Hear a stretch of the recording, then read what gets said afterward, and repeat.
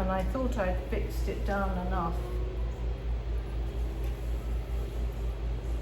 Okay. So what I'm doing now is coning up. You've probably seen this a lot. Take away from the base. No, we're going to start from here. And I'll start you off initially with the putting it on the thing, because that's one of the hardest parts when you have the back thing. All right.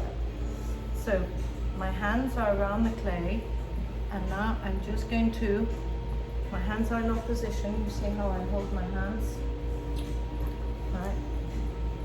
And I'm coning up. This is called coning up. And then when you want to go down,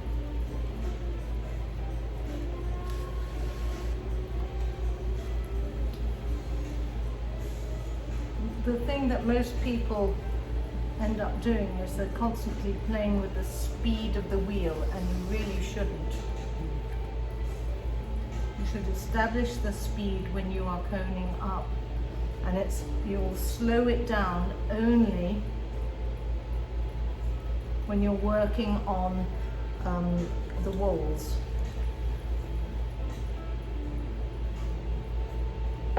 So your foot's not right. Well, right now it is, because I don't know these wheels. I don't know the pedal and the speeds of these particular wheels, and sometimes they have a life of their own. So I know mine, if I take my foot off my wheel, I'm safe, because it doesn't do things. It doesn't just automatically start. Now, some people are a bit obsessive like me, where I clean as I go along, because I like to be able to see what I'm doing. Okay, now I'm going to lean into it.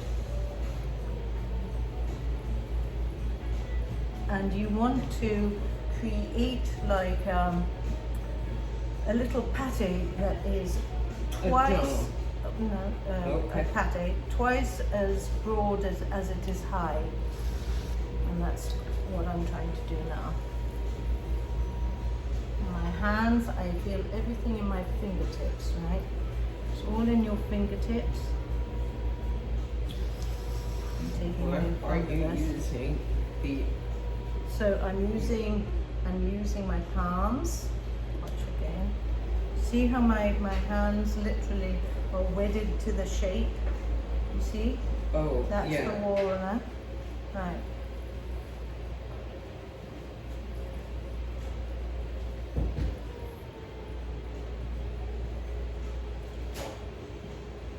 And then you flatten it by, this is how I do it, I put my hand around, and with my other hand I do a kind of karate chop.